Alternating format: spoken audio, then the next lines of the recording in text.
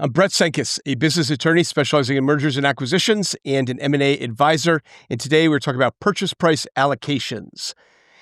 Before we get into this, if you want to book a paid call with me, you can do that at any time. Go to clarity.fm/Brett Cenkus. What you'll do is you'll offer up 3 times you can talk. I can almost always grab one the same day. I mean, not always, but mostly. So check that out if you want. If you have a general question about things, just you can drop it in the chat. We'll respond to that. Let's get into it today. So purchase price allocations. Let's talk about. We're going to talk about what they are and why they matter, really. And so it's in an M&A when a deal is structured as an asset sale. So there's 3 different ways to buy a company. I've talked about this. I have videos out about this. You could buy its assets. You could buy the equity from the owners and step into their shoes and control, the assets, or you can merge companies together. Fundamentally, they're all ways of buying a business. Right? Buying the assets doesn't mean you're picking off 1 or 2. You can buy all the assets, the customer list, and every computer. So they have different legal and tax and operational consequences. And so deals get structured in one of those 3 ways. When a deal is structured as a sale of assets, the parties need to put together a purchase price allocation. And I guess technically they could not get together and do it, I think.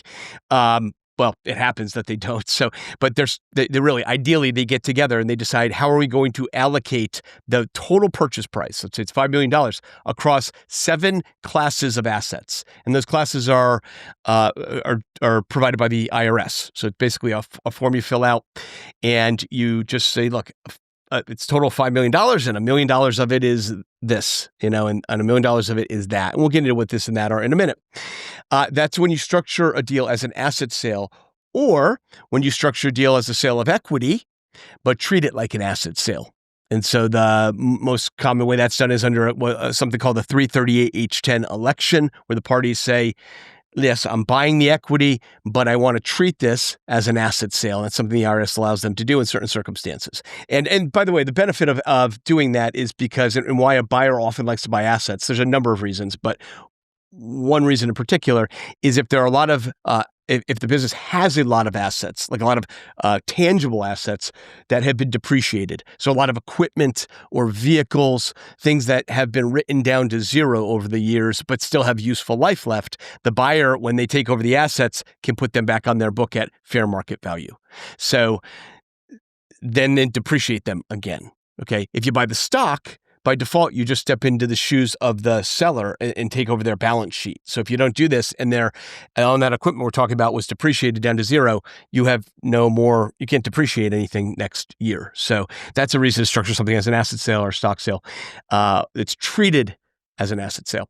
And so on those, you get together and the buyer and the seller usually do this. They ideally would do it before closing. More often we see it sort of in agreement and some structure on how it will go down after closing. But the idea is that the parties will get together and they'll talk about it and they'll mutually agree. And if they have a problem and a dispute, they can kind of bring it to a mediator or some neutral arbiter. There's usually a system for all that. So why would they disagree? This brings us into the importance of a purchase price allocation. Well, they might disagree because oftentimes in tax, issues of tax are 0 sum is what we call it. So in other words, when the seller takes this position, the buyer is going to have that position, right? If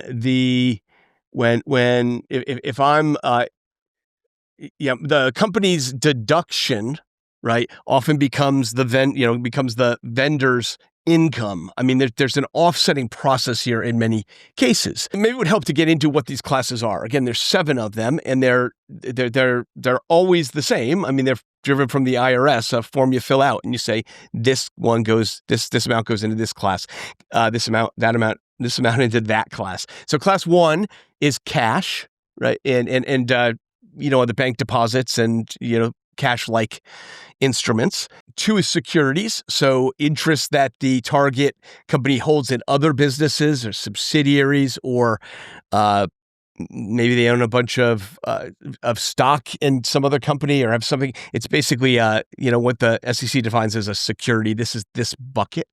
3 is accounts receivable. 4 is inventory. 5 is other tangible property. So this could be personal property, there's real property, which is real estate, and personal property, which is everything else. But this would be equipment and computers and things like that. 6 are intangible assets, so intellectual property. And 7 is goodwill, right? And it's really the catch-all bucket of what's left. And oftentimes businesses today, and in our practice, a lot of the deal is goodwill. It's goodwill because there aren't other tangible assets. And so some of these classes, like cash, for example, there's no negotiation. I mean, you can't say to the IRS, well, we valued the $100 in the bank at $200. I mean, $100 is worth $100. And securities, there's limited opportunity to mess with that. Inventory, often kind of at least a little boxed in. I mean, well, maybe vary. It just depends on how you've been valuing the inventory as a seller. You've got last in, first out, first in, first out. But fundamentally, you bought the inventory, so you've got a cost basis that you're working with. So, but categories like intellectual property, the value of equipment, those can vary quite a bit. Accounts receivable, class 3, it's just going to be what it is, although you might value it a little differently based on the likelihood of collecting certain of it, what your bad debt is, and so forth. So some of these categories they're not going to be difficult negotiations, and some of them there's not going to be much movement at all from what's there. You can't get too creative. But class 5, for example, which is the other types of property, there's going to be negotiation around that in an asset deal for sure. If there's real estate, generally the seller's going to be interested. They're probably going to have long-term capital gains on that real estate, and they're going to be happy to put a lot of the value over on the real estate. That's the seller. The buyer will not be super excited about that necessarily because real estate has it's a long depreciation life. I mean, it takes a long time to fully depreciate real estate versus other equipment that a buyer would be interested in. Computers and manufacturing equipment and things like that, it's going to be depreciated over a quicker period. And so depreciation is a write-off against current income. So you can write it off quickly. They're going to be more interested in saying the real estate's only worth $1 million and the equipment's worth $2 million rather than the other way around. And again, here you've got to have some tether to reality and objective reality. And if there's appraisals and things like that, you'll sort of be up against that and boxed in by that. But there's some flexibility with these classes, and the buyer's going to have a different position than the seller many times because, again, one's going to win and one's going to lose. Now, lots and lots of times on our deals, most of it's goodwill. A lot of it's goodwill. I said that earlier. And goodwill is generally going to be taxed at long-term capital gains. And so the buyer and the seller don't really have there just really isn't a lot to fight around with goodwill usually, and that's a lot of what we're doing. But again, it depends on the business, and all of this should have been thought about to decide whether or not, from the seller's perspective, if you're representing them, they should be doing an asset sale to begin with versus stock sale, and the buyer as well. But once you get into the nitty-gritty of this, it's important to understand enough of it as an M&A attorney and as a buyer or seller to understand what's going on in the moving pieces. Because, I've seen situations where they just hand it off to the accountants, and the accountants are just doing very by-the-book things, right? And no one told them to do anything other than that. And it's really kind of primarily what they're engaged to do, I suppose. But again, there can be flexibility. There can be defensible positions to say, we're going to call this worth X instead of Y. And that can have, bottom line, financial consequences to the parties. And so it's important to understand those issues, to be able to flag this, to talk about it, and to be able to navigate it to the extent that you can, because it might have a very big bottom line effect as a buyer or seller. One other thing to think about is inventory too. That's class 4. That can have significant impacts on sellers because there's certain types of inventory. I think hot inventory is the term, and that can be ordinary income to the seller when all that inventory, and that's. All of this, right? The seller's looking for long-term capital gains treatment, not ordinary income. I mean, I should have said that at the beginning. That's fundamentally what's going on. And then the buyer's looking for assets, the highest, basically to allocate to the assets that they can depreciate most quickly, right? That's the main underlying drivers of what's going on here. So I said earlier that ideally this is done before closing. It should be. It often isn't, probably more often isn't.